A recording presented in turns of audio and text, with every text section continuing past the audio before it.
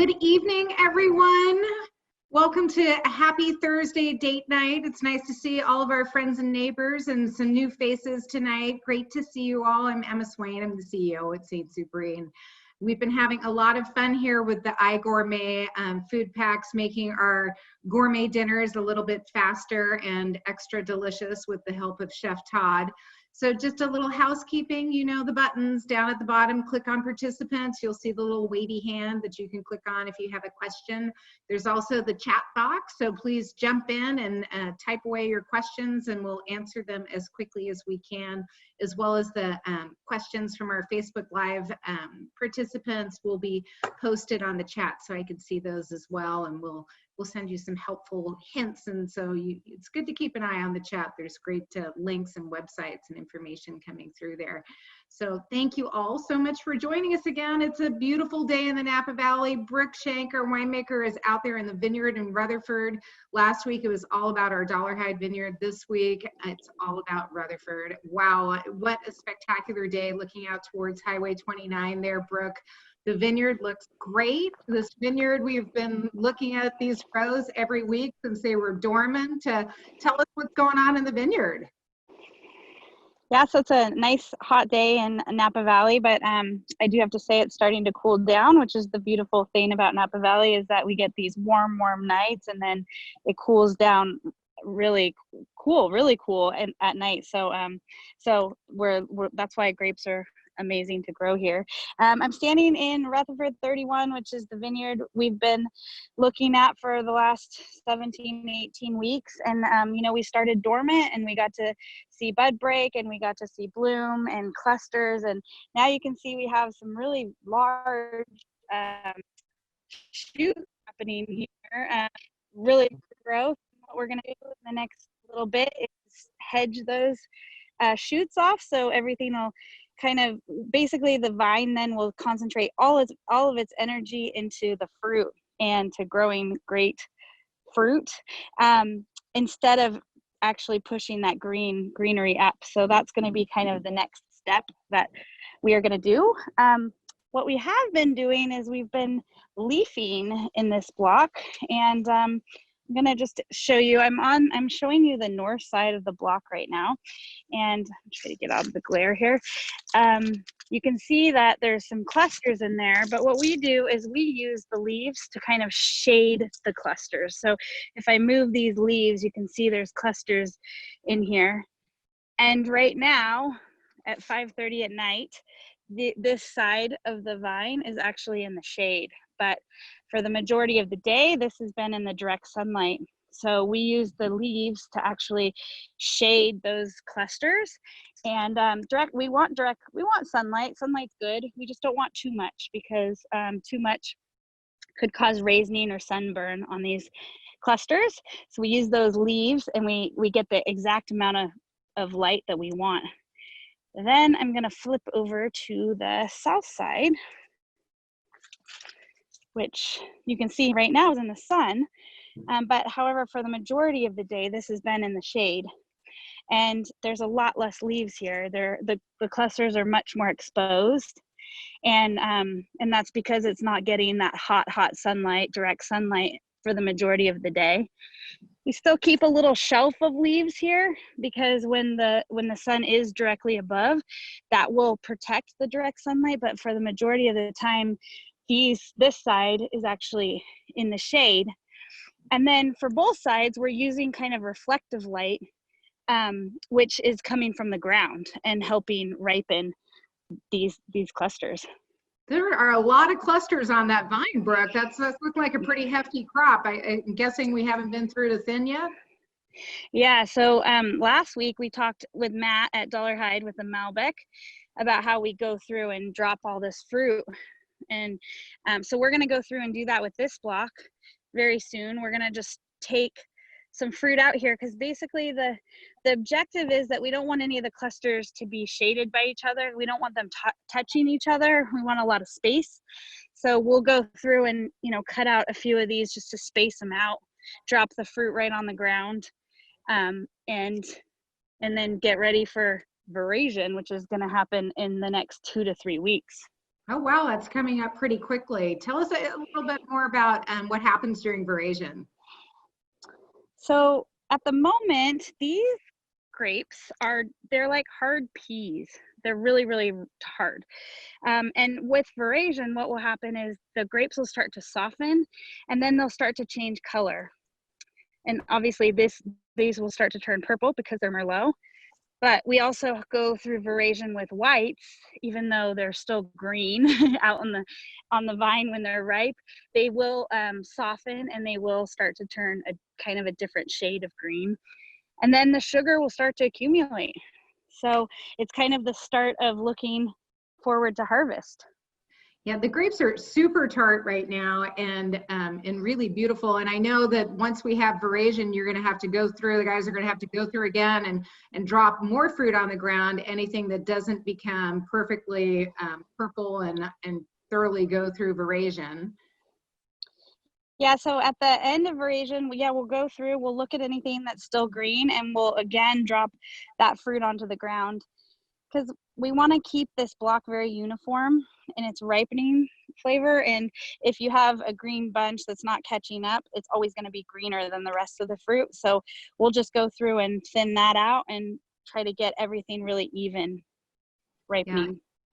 Creating that quality on the vine. You know, one of the things that always fascinates me too is the difference in the sugar level when we pick a grape versus a table grape. Can you talk a little bit about what that level is for folks so they have a feel Yeah, for it? I don't know exactly how much sugar is in a table grape, but it's not as sweet as a wine grape. Wine grapes have a lot more sugar in them, and if you taste them, you can.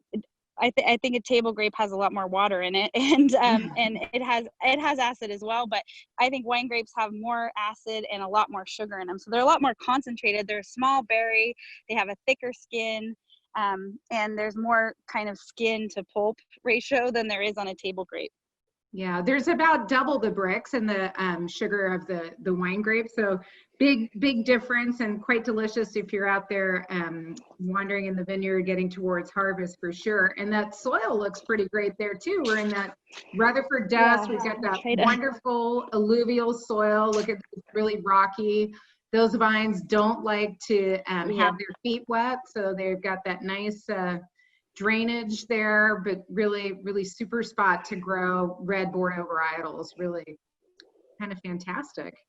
Well, this wine, you know, is one of my favorites. And I know this crowd, you all have a glass of wine in your hand. I was watching you beforehand. I saw some sipping going on early, which is exactly what you should be doing. So I love this Rutherford Merlot. It's one of my favorite wines to pair with food. And all of our wines, they have this brilliant acidity I really like. So Brooke, tell us a little bit about the winemaking process on this Rutherford Merlot. Yeah, so we have 4 blocks here at Rutherford of Merlot, and this is one of them, parcel 31. And we use Merlot for a few of our programs, a few of our wines that we make. We have a Bordeaux varietal blend called Ilou that uses a lot of Merlot. We also use it for our Rutherford Cabernet, our single vineyard Rutherford Cabernet has a little bit of Merlot in it, and a few other wines that we'll talk about later. But we're lucky enough to be able to make also just a straight Rutherford Merlot, which is exciting because this is a beautiful wine. Just dark cherry, dark plum, mocha flavors, just beautiful. You get like a little bit of the dusty Rutherford dust that they talk about on the tannin profile. And with all of our reds, we bring them in and we handpick out here, bring it into the cellar, and then everything is sorted down to the berry level, which we've talked about for a few weeks now.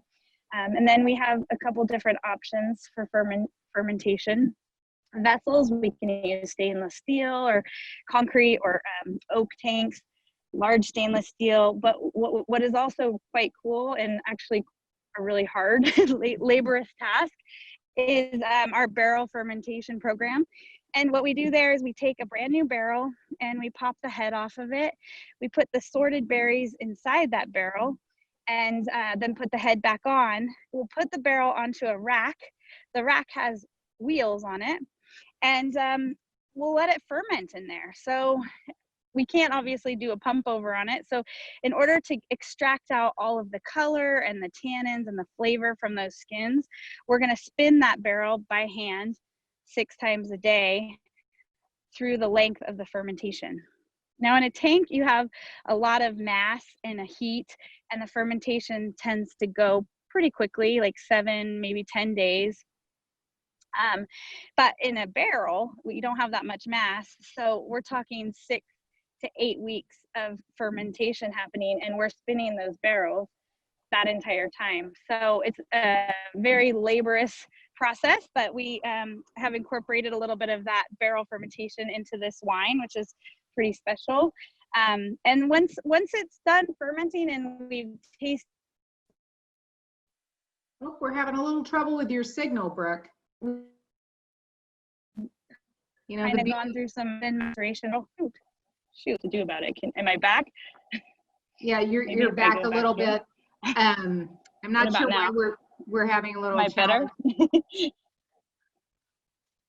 you hear me now? Yeah, that's much better. It's just like a Verizon commercial there. We've got you back again. It doesn't like the Napa green sign for some reason. So once it's done fermenting in that barrel, we'll keep it on its skins a little bit for extended maceration, and then we'll actually pop the head off again and drain out all the wine, and then we'll age it in that same barrel. So it actually starts in that barrel and ages for 19 months in that barrel. So so it's a pretty special process, and it's nice to incorporate it into this blend. I love the heft and the rich weight you get in the center palate when you do the barrel fermentation, particularly with the Rutherford Merlot, because we're bringing that in to fill in that donut hole, to fill in the center palate to begin with. And when you do that barrel fermentation, that the weight is just fantastic, and the texture and the oak integration. I love it, and a little goes a long way. And I know you use this wine in the Ailu and in the Rutherford Cabernet, and then also in the RU3, which is a super special wine that we just make a tiny bit of at the winery. But that one you do use a lot more barrel fermentation, don't you, Brooke? Yeah, I do. So Rutherford 3 is a super small production that we do, like 150 cases, and its concept is making the best wine off this property. So we actually, you're looking right now at the Cabernet Sauvignon that goes into RU3, and then just behind that vineyard is our Petit Verdot that goes into it, as well as this Merlot that you've seen us in. So that's a really special wine, and almost 100% of that is barrel fermented. So so it's a great wine to make and to drink. Yeah, it's a really delicious wine. I figure, if I'm not eating out, then maybe I can have a simple charcuterie and a bottle of RU3 at home. Maybe that might be my excuse right now. But the wine is really delicious, really fantastic, and a lot of fun. So if you're at the winery, we hope you have a little taste of that when you're visiting us, or have a special evening to enjoy it. But all of this talk of wine and a little bit of charcuterie is making me very hungry. And I know that, we've got a question before. I was just going to flip to Chef Tod, and we have a question for you, Brooke.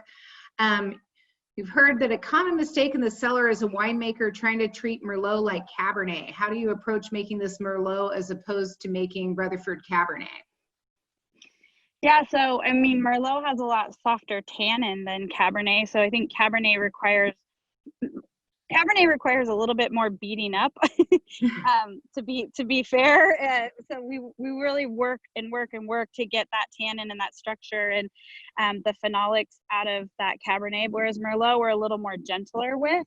And the tannins are softer on Merlot, and we do a lot of barrel fermentation with Merlot as well, which it works really, really well fermenting in those barrels and getting that amazing barrel integration in it. So that's probably one of the things we do. But I mean, with every variety that we make and with every wine that we make, we have specific barrels that we use. So we're going to use different barrels for Rutherford Merlot than we're going to use for Rutherford Cabernet or for Dollar Hyde Cabernet. Yeah, and different toasts and so forth. And you mentioned that Rutherford dust, and the texture on this wine is just fantastic. It's that fine grain, really sexy tannin, super pretty. And I think that's true of the tannin structure of all the wines that we have from Rutherford. But for me, the Rutherford Merlot is the bargain of our portfolio. It's really just a delicious wine. And I'm really excited to see what Chef Tod is making for us tonight with the iGourmet packs. And some of this is available near you, or you can make your own flatbread and your own duck confit. But when you start thinking of, the burrata cheese, duck confit, flatbread, and caramelized onions, I mean, you can't really go wrong, can you, Tod? No, you really can't go wrong. As I have mentioned before, the fact that you've got these ingredients that are also very convenient, just by getting online and ordering or calling them up and ordering them in, you can get some of these really unique kind of specialized products that can be sent to your door. So when you have a great combination of flavors and certain ingredients without overdoing it, and you have well-balanced wines like our wines are, the way that Brooke makes them, it makes it so much easier to enjoy your whole dining experience. And so one of the things that we wanted to showcase this time to really show off our Merlot was to bring in some of the products from iGourmet, such as their own already made Duck Confit. So Duck Confit, if you're not familiar with it, is a really kind of a rich item. It is basically made from the hindquarters of ducks. The breast is probably by far the more in-demand cut off of the duck, where you'll find duck breast on a lot of different menus, much more popular and common. And so what they end up doing with all of the supply of the duck legs is to not waste it by any means, but to definitely put it into another cooking method or cooking form. Now, because the hind quarter of the duck, actually the dark meat, it's a little more exercise, it's a little bit more fibrous in there, so you can't necessarily cook it the same way you would a breast and then slice it and enjoy it. So in a lot of cases, what happens is the duck, the hind quarter or the leg, it'll be braised, it'll be stewed, it'll be cooked very slowly, something like along those lines, and it tenderizes all the texture on the inside. The confit is actually a way of utilizing not only the legs, but also utilizing the fat, all that rich fat that's around the ducks. Since they are waterfowl, they're cold water, they tend to insulate themselves by eating so much and gorging on so many grains and things like that, grains and berries, to the point where they develop a lot of fat. And that fat can render down and cook down to turn into a cooking vehicle. And so you can imagine many years ago, before any kind of refrigeration as a method of preservation or holding something for a long period of time, they might be coated in fat, covered in fat, or even stored in fat. And so what happens with these duck legs is, in the traditional French method, the classic French method, the duck legs would be cured. They would be salted and cured. There would be herbs and a lot of garlic. But there's definitely some salt in there to help preserve them. So it's curing them very much like maybe what a ham might be, bacon, something along those lines. And then from there, you're taking the rendered down, cooked, simmered duck fat and covering over the cured legs with some garlic, maybe some bay leaf, some beautiful herbs and things like that, pretty heavy on the garlic. And then it's cooked very slowly in an oven until it tenderizes everything on the inside. So the raw chicken fat, or the raw duck fat, that's on the outside of the legs will render into that as well. You've got this really luxurious kind of duck fat bath that they're cooking very slowly. So that's a great vehicle to cook them in, but then what you can do with that afterwards is entirely up to your own creativity. A lot of times you might find a crispy duck confit leg served with some lentils, some Dijon mustard vinaigrette or something like that. Very classic, wonderful stuff. But in this case, I thought it would take today, go with some of the other iGourmet products that were very convenient and utilize that duck confit to cut it up and put it onto a flatbread. So we used flatbread before in a case where we put it into almost like a piadini, a pick up and eat sandwich. But in this case, I'm going to treat it like almost like a cheeseless pizza. And so I'll top it with some great ingredients, not only from our garden, but also other ingredients from iGourmet. If I can just go through and kind of show you what I've already started up on. Here's my little setup here. Now, one of the things that by recipe, it takes a little bit of time and a little bit of a gentle touch is to actually start to render off or brown off this beautiful duck confit on the skin side. So it's an individual package that comes from iGourmet. You probably have the kit. And I went with the skin side down. And I happen to always have some extra duck fat around. I render off and I save and I reserve that. I put it in the freezer. It'll last a long time.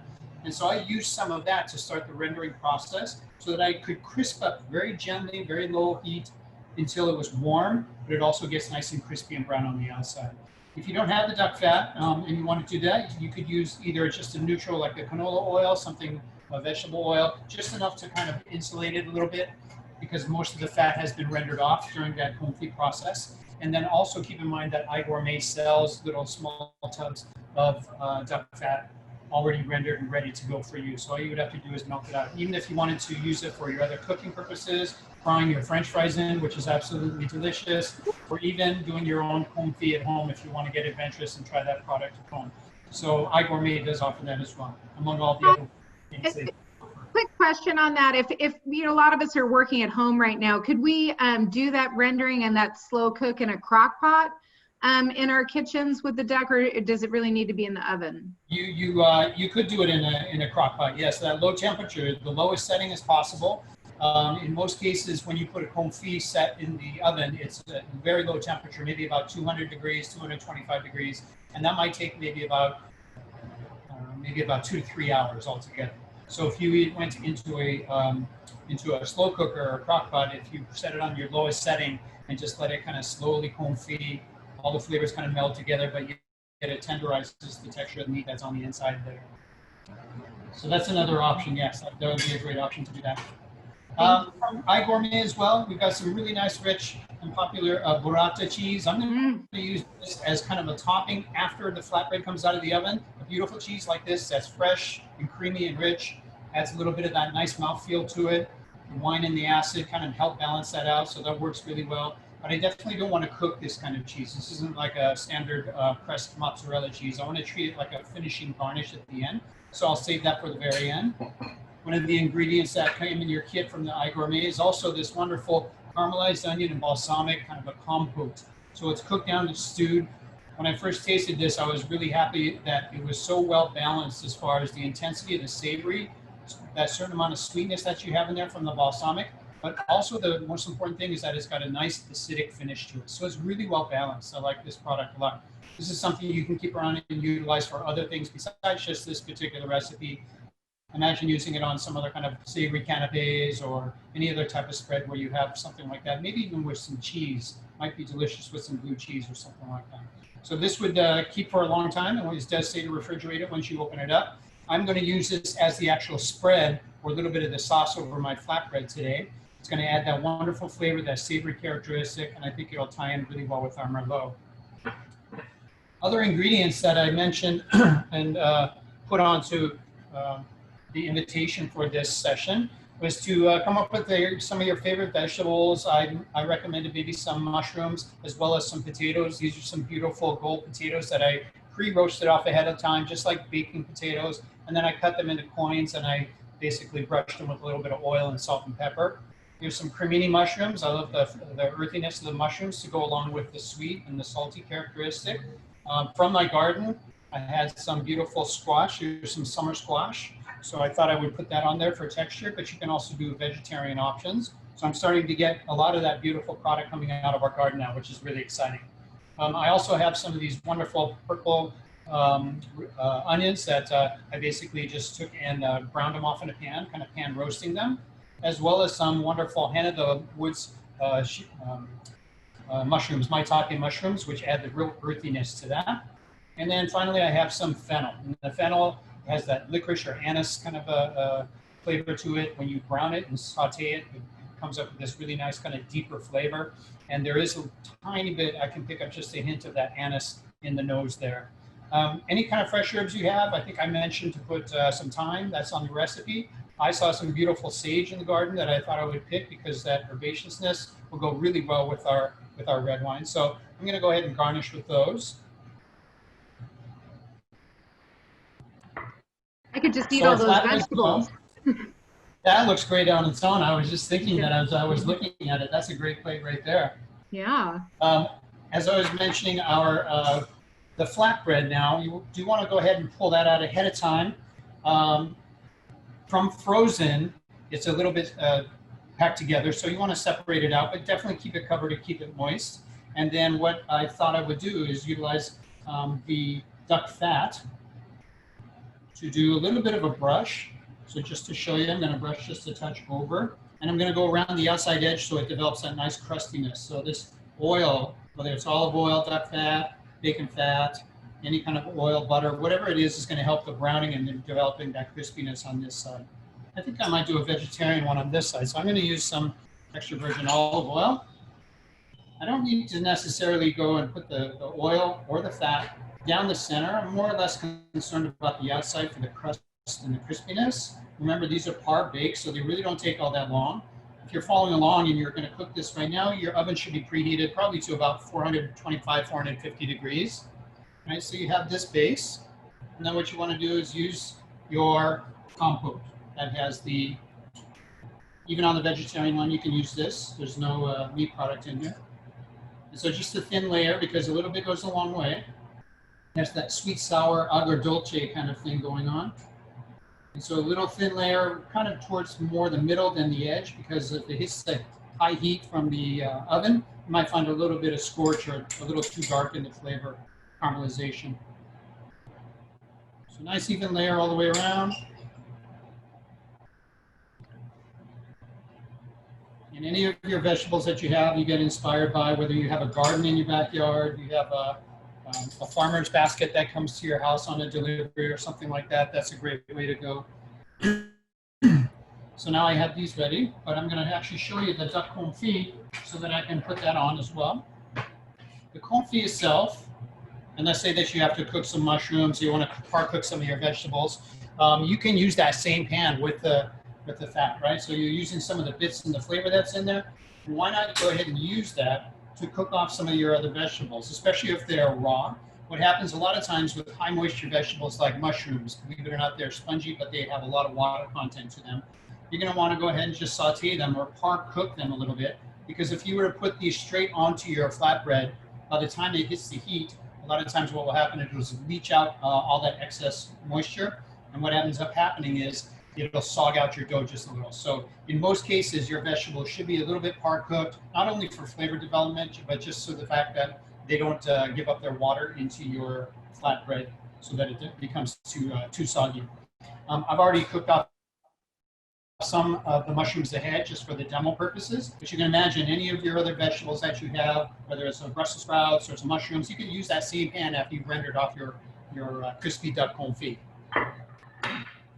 So once you get that all going, go ahead and cook it off until they're lightly brown. You don't have to be cooked all the way because they are going to go into an oven for maybe about 10 minutes, really hot oven, so you can let those cook from there. So you get the idea about pre-cooking or having things ready. Let me go ahead and finish up and putting together the confit. So on this beautiful confit, you can see there's crispy skin. Can't really hear that, but it's nice and crispy like a little shell. It comes off very, very easily because it's been cooked so softly. It's almost like a braised or stewed item, except for the fact that it was done in oil. So now that you have kind of crisped it up and developed more flavor on the outside by browning it, it's much easier to pull off and shred or to cut through so that you have nice bites to go on there. That's all it really takes. Right here, I'm going to go ahead and start to garnish. I will put some of my potatoes. I love potatoes on a crust like this. It's kind of interesting. A lot of people would say it's interesting to put potatoes on a starch. It's like a double starch, but I really like that texture, especially when it's already cooked, and then they pick up a little more of that browning. So I'll just put a few of those on there. Let's put some on our vegetarian one as well. Those balsamic onions are going to be a staple in my house. They're fantastic. Really delicious. And then we'll put some of our mushrooms. Here's some of the hen of the woods or maitake mushrooms. I can put these on both or just the vegetarian. So this is going to add a nice meatiness. This really kicks up the umami characteristic in this. Really shows well with our red wines. And I also have some of our summer squash. I want to put a couple rounds in there. You don't need to necessarily load it up too much. You don't want too much weight on there. We still want the crust to kind of have a nice texture to it. And The Todd, nice if we, part is these can also be, if you wanted to, these flatbread crusts, since they are part cooked, you can actually throw them onto your grill. So if you happen to be grilling, because it's such a beautiful hot summer day now, you could actually do that and put them on there, and they can work on the actual grill. So you want to cook or grill over not too hot of a spot so it doesn't start to get charred. There's some fennel on there. So it doesn't get too charred or anything like that, but you want to go over maybe more like a medium spot. You don't have to worry so much about them falling through the grates or the grill there, because it is already cooked essentially. I know I'm doing two here at once, so this one here I'm working on is for the confit with the duck fat, and the other one is the vegetarian. There's a good mix right there. And then with some of our beautiful onions. Now we already have some onions, but these are in the spread, but these are a nice crunch and beautiful color that's added to it as well. And anytime I see things in the garden that I'm inspired by, that's what I'm shooting for. It's really starting to take off back in the garden and all over our estate. We're getting some really wonderful looking produce coming in. that's going to be fun for our next series, because it's going to be all about what's in the garden. Lots of vegetarian options and delicious veggie and vino pairings, which I know you're an expert at. That's right. It's a lot of fun. It's always a challenge to do that. So now what I'm going to do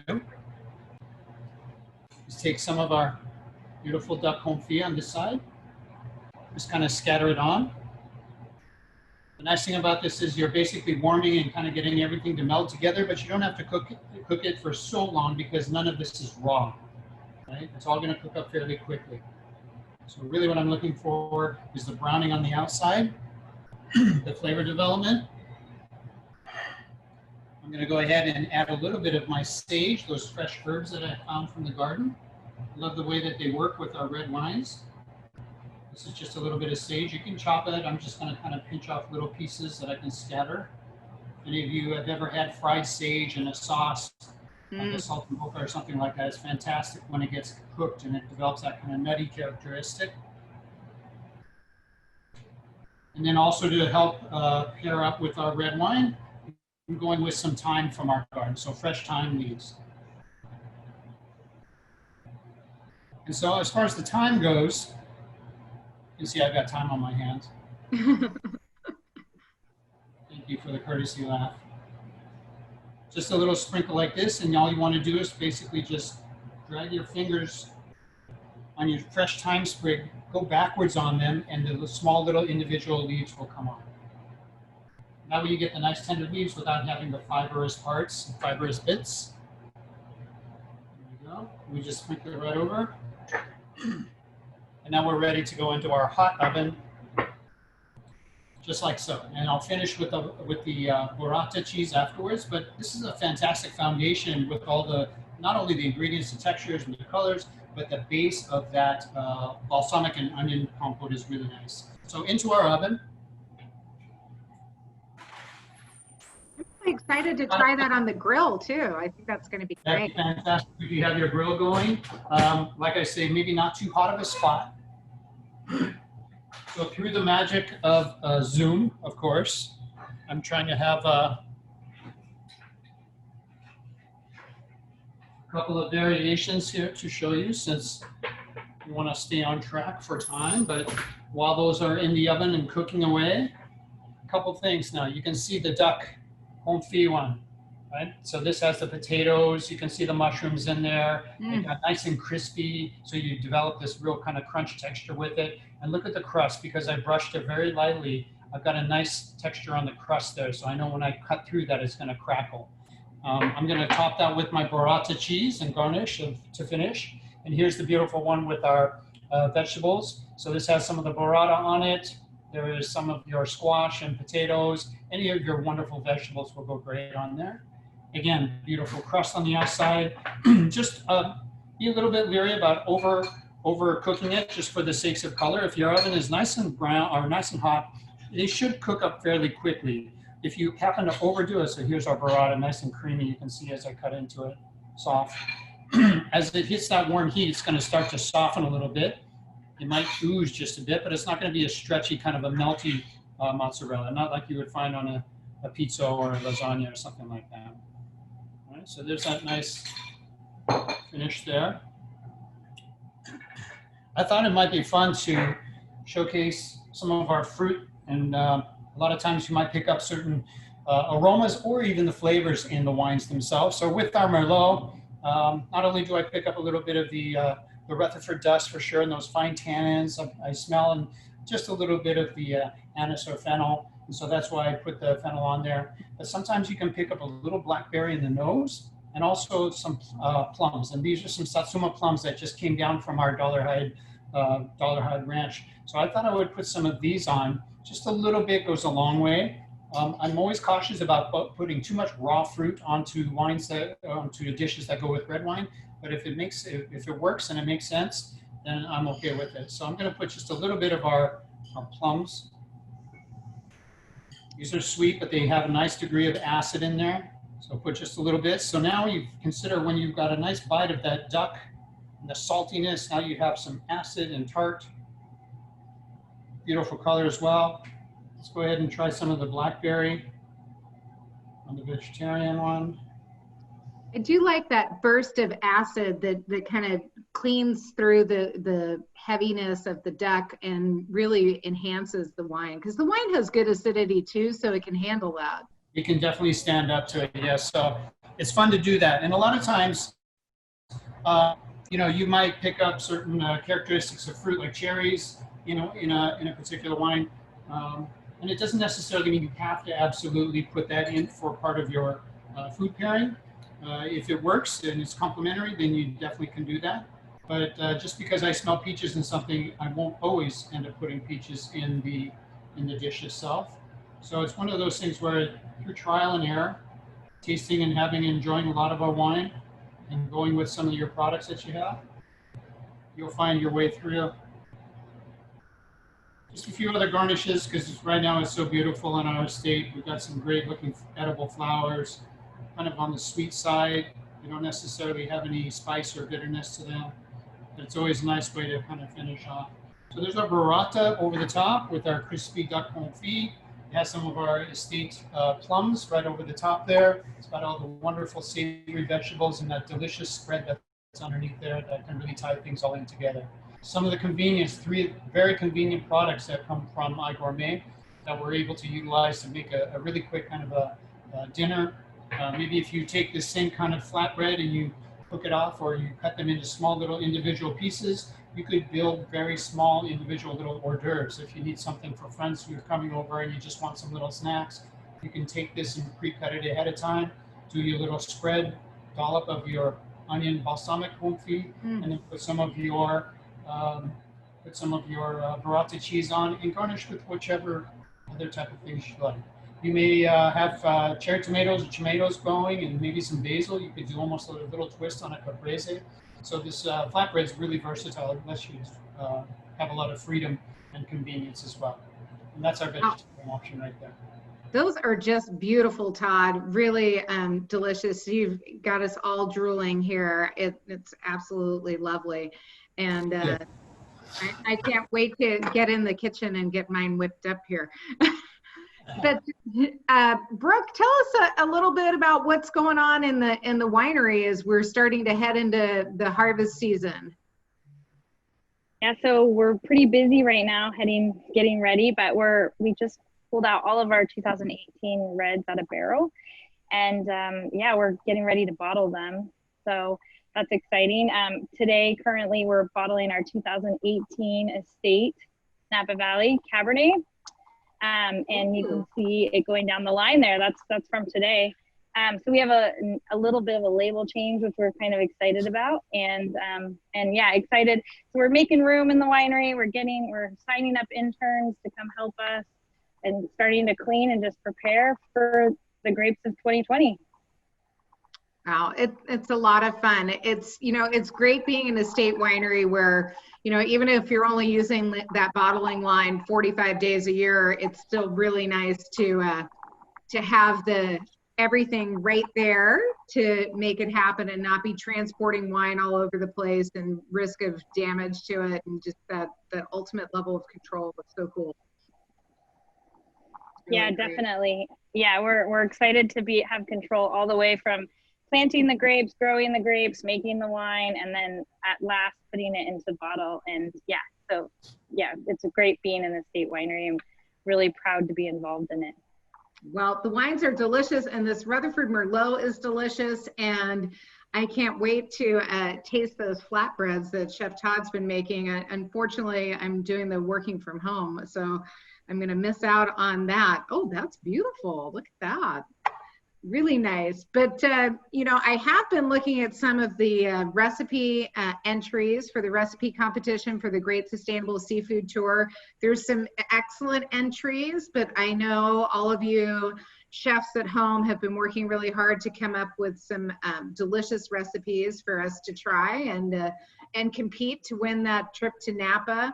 Tod, I think you've taken a little peek at what's been submitted so far. You got any thoughts or tips for our friends online? I do.